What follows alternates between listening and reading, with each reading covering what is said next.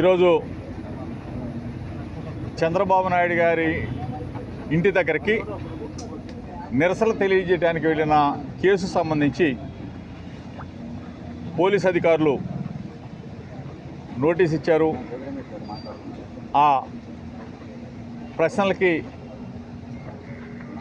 వారు అడిగిన దానికి సమాధానం చెప్పడం మీదట జరిగిన వాస్తవాలని నేను ఎందుకు చంద్రబాబు నాయుడు గారి దగ్గరికి ఇంటి దగ్గరికి వెళ్ళవలసి వచ్చింది, ఎందుకు నిరసన తెలియజేయవలసి వచ్చింది, ఆ పరిణామాలన్నీ కూడా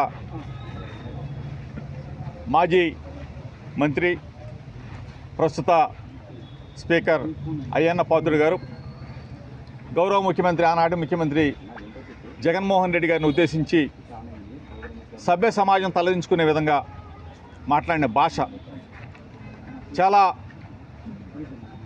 అప్రతిష్ట పాలు చేసే విధంగా, రాజకీయ వ్యవస్థని దిగజార్చే విధంగా నా కొడక, అట్ట నా కొడక, ఇట్ట నా కొడక అని చెప్పేసి చాలా చండాలంగా మాట్లాడిన భాషకి నా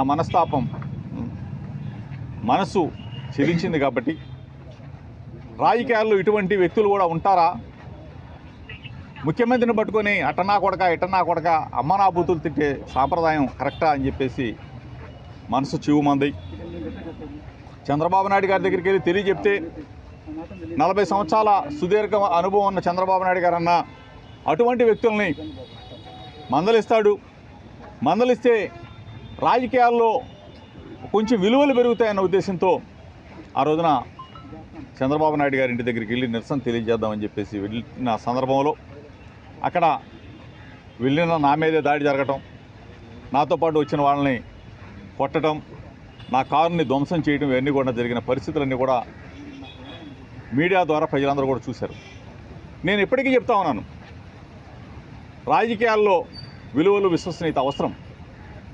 ఈరోజు గతంలో మేమున్నాం, ఈరోజు మీరు వచ్చారు.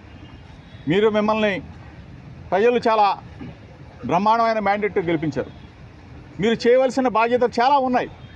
కానీ జోగి రమేష్ని అరెస్ట్ చేద్దామా, జోగి రమేష్ కొడుకుని మానసికంగా ఒత్తిడి చేద్దామా, అరెస్ట్ చేసి సబ్జైల్లో పెట్టాం.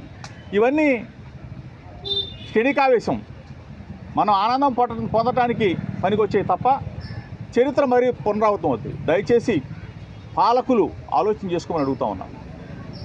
ఇది కక్ష సాధింపు కుట్రలతో రాజకీయాలు చేస్తే మరలా మీరు మనుగడ సాధించలేదు. ప్రజలు చూస్తూ ఉన్నారు. అభంశుభం తెలియని నా కొడుకు మీద ఎగిరిగోళ్ళు ఏంటి, ఎగిరిగోళ్ళు ఆశ ఎవడన్నా కొంటాడండి? డబ్బులు పెంచి